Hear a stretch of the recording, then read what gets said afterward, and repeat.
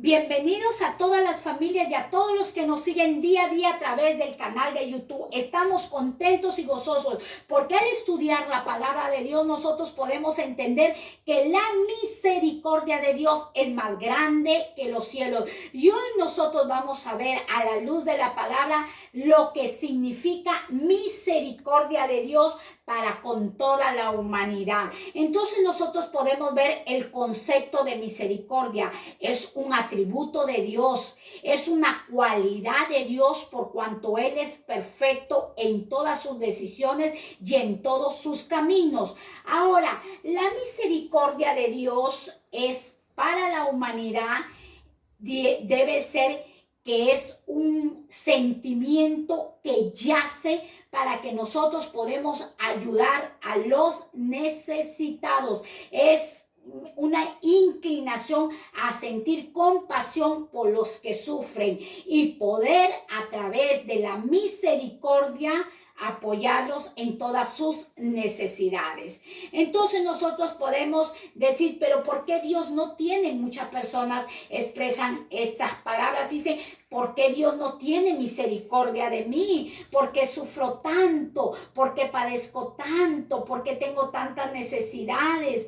Etcétera. La palabra de Dios nos enseña en el libro de Proverbios, capítulo 28, versículo 13, enseña el Señor, el que encubre sus pecados, no dice su pecado, sino en plural, el que encubre sus pecados no va a ser prosperado, mas el que los confiesa y se aparta de su pecado, que va a alcanzar misericordia.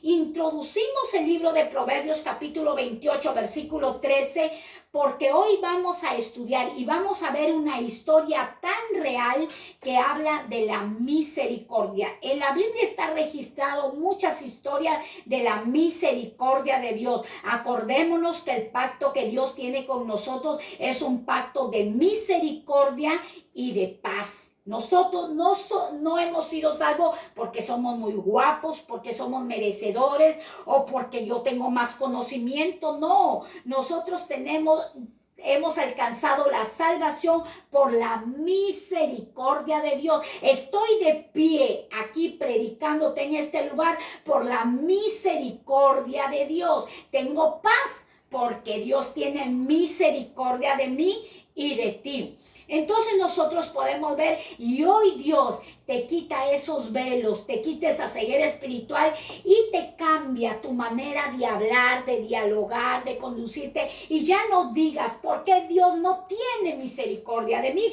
Porque eso yo lo expresaba cuando tenía 17 años, cuando yo me casé, yo decía, Dios no existe, Dios no tiene misericordia, pero la Biblia nos enseña en Proverbios 28, 13, y lo vuelvo a repetir para que nos quede sembrado, arraigado en nuestros corazones, que cuando encubrimos nuestros pecados y no los confesamos, no prosperamos, no alcanzamos misericordia. Pero si confesamos nuestros pecados y nos apartamos de nuestros pecados, ¿qué vamos a alcanzar? La misericordia de Dios, que es un atributo de un ser perfecto. El libro de Mateo nos enseña en la palabra de Dios, Mateo capítulo 9, versículo 13. ¿Qué dice el Señor?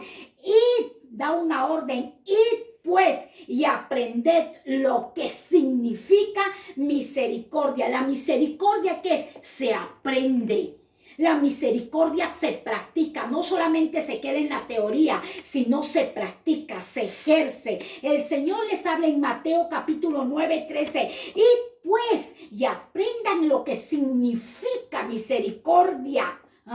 Lo que significa misericordia, porque dice el Señor, misericordia quiero y no solamente sacrificio, porque a veces nos envanecemos, he ayunado, he hecho vigilia, que eso es bueno, pero cuando lo tomamos con envanecimiento y para creernos superiores, más espirituales que otra persona, Dios no nos acepta aquella vigilia, aquel ayuno, aquel sacrificio, porque el Señor dice, yo quiero que tú aprendas misericordia. Porque dice el Señor, yo no he venido a llamar a justos, sino que yo he venido a llamar a ¿quiénes? A pecadores, para que se arrepientan. La misericordia de Dios es venir a llamar a pecadores, es acercarte a los pecadores para que ellos se arrepientan y ¿qué? Alcancen misericordia, porque el nuevo pacto que Dios hace con su Hijo Jesucristo es la misericordia, es solamente la misericordia. Y ya sabemos que la misericordia es algo que yace, un sentimiento interno, para luego nosotros exteriorizarlo y ejecutarlo y ponerlo por práctica para las necesidades de otras personas. Y vamos nosotros hoy a ver esta historia maravillosa que va a hablar a nuestras vidas y nos va a confrontar lo que enseña el libro de Segunda de Samuel, capítulo 9, del verso 1 hasta el verso 13. Y vamos a ver esta fabulosa historia del cual el rey David se levanta y expresa estas palabras. Y David declara: no ha quedado ningún descendiente de Jonatán en la tierra. Lo dice el libro de Segunda de Samuel, del verso 1 hasta el verso 13, lo vamos a relatar para así nosotros poder entender y comprender lo que es misericordia. Y se levanta un siervo de la casa de Saúl llamado Siba y dice: sí ha quedado un descendiente de la casa de Saúl, el hijo de Jonatán, llamado Mefibosé. ¿Cómo se llamaba el que había quedado de la descendencia de la casa del rey Saúl? Mefibosé. Y empieza a declarar el siervo de Saúl, y ese Mefibosé está en la casa de Maquir, hijo de Amiel. ¿Y dónde queda la casa de Maquir, hijo de Amiel? Queda en la ciudad de Lodebar. Esas fueron las expresiones que dio el siervo de Saúl llamado Siba. Entonces David dijo: tráiganme a Mefibosé, porque yo quiero hacer misericordia con la descendencia de mi amigo Jonathan. Yo quiero hacer misericordia. Y se levantaron y fueron a la ciudad de Lodebar a buscar a Mefibosé, porque el rey David anhelaba y deseaba tener misericordia de este llamado Mefibosé. Pero lo impactante que Mefibosé era lisiado de las piernas. Este Mefibosé era lisiado de las piernas. ¿Por qué era lisiado de las piernas? Porque su criada, cuando se enteró que Jonathan y se enteró que el rey Saúl, la criada tomó al niño de edad de 5 años y huyendo el niño cayó. Eso lo habla en el libro de Segunda de Samuel, capítulo 4, versículo 4 lo enseña. Segunda de Samuel, ustedes lo pueden leer en casita. Segunda de Samuel, capítulo 4, versículo 4 enseña que esta criada, llevando a Mefibosé de la edad de 5 años, el niño cae y se le estropea su pierna. Por eso el siervo llamado Siba dice: pero David, Mefibosé es lisiado de las piernas. No importa, vayan y búsquenmelo, tráiganmelo acá Mefibosé, porque yo deseo tener misericordia. Fueron y trajeron a Mefibosé, y Mefibosé se acercó y le dijo: oh siervo, oh rey, aquí está tu siervo. Al igual que esas palabras las expresó también Siba, el criado de Saúl. Saúl ya no estaba, ya había muerto. Jonathan ya había muerto, ya había ascendido el rey David en el trono. Entonces que le dijo David: ¿sabes qué? Todo lo que se te ha sido quitado se te va a devolver, todo de la casa de Saúl y de la casa de tu padre Jonathan. Entonces llamó al siervo Siba y le dijo: Siba, tú que tienes 15 hijos y 20 criados, tú vas a servir a Mefibosé, porque Mefibosé ya no va a vivir en Lodebar. ¿Qué significaba Lodebar? Etimológicamente, Lodebar significa no palabra. Según dicen algunos historiadores, que allí no llegaba palabra de Dios, pero la misericordia de Dios es más grande que los cielos. Y llegó a la vida de Mefibosé, un muchacho, un hombre, porque ya tenía su hijo, que vivía en una ciudad donde no llegaba palabra de Dios.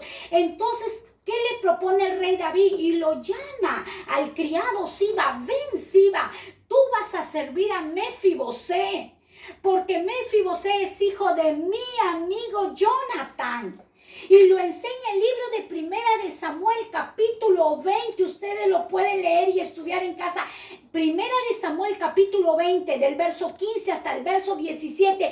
Cuando Jonathan hace un pacto con el rey David. Jonathan pacta con David y le dice, mira, tus enemigos van a ser entregados y si yo no estoy, tú siempre tendrás misericordia de mi casa y de mi descendencia. El libro de Isaías, capítulo 54, versículo 10, también nos habla que la misericordia de Dios es tan grande.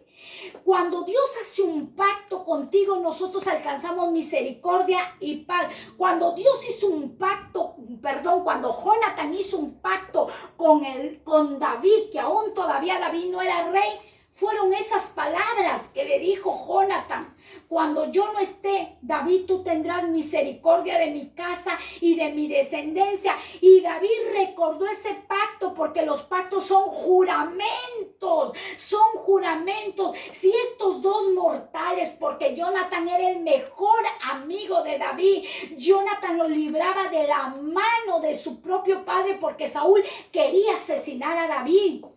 Y entonces David, preocupado, investiguenme si hay un descendiente de mi amigo Jonathan. Y sí estaba Mefibosé. Y lo que le dice: mira, Mefibosé, ya no vas a vivir en esa ciudad de Lodebar, donde no llega palabra, donde no hay palabra. Y Mefibosé, miren las palabras que expresó: tú vas a tener misericordia de este perro muerto. ¿Cómo se declaró Mefibosé? ¿Cómo tú te estás declarando? ¿Cómo qué palabras tú estás hablando? ¿Qué semillas estás regando en tu vida? ¿De bien o de mal? Este hombre declaró palabra: un perro muerto.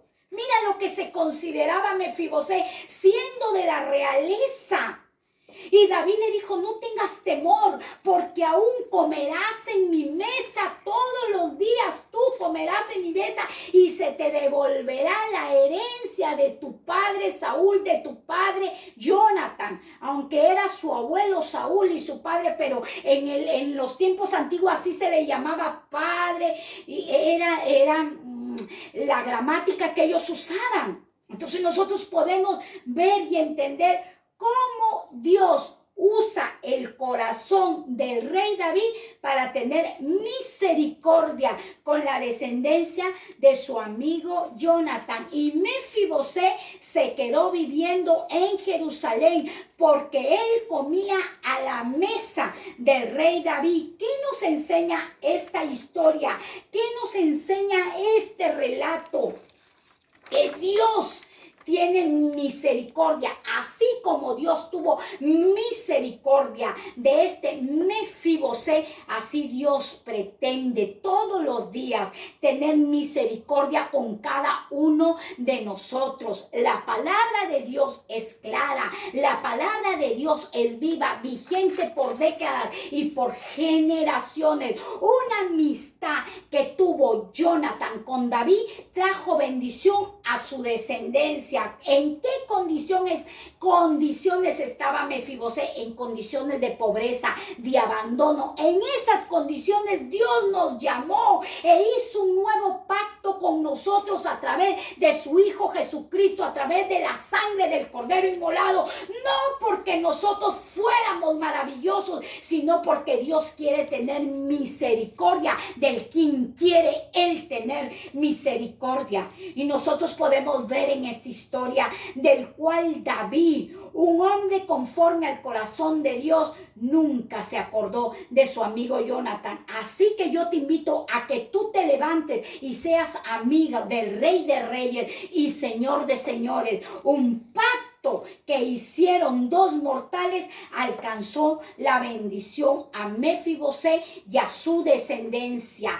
A través de esta misericordia se le fue devuelto a la descendencia de Dios, a la descendencia de Jonathan, lo que se le había quitado. Ahora, hubo una parte en esta historia de segunda de Samuel, capítulo 9, versículo 1 hasta el verso 13, donde David le expresa a Mefibosé: no tengas miedo. ¿Por qué le dice no tengas miedo?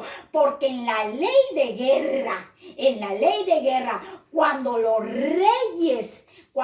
reyes habían sido traicionados o les habían pretendido asesinarlos, los reyes, cuando llegaban a su cargo, tenían que matar a toda esa descendencia que trataba de hacerle daños a los reyes, para que no quedase ninguno que atentara con el trono.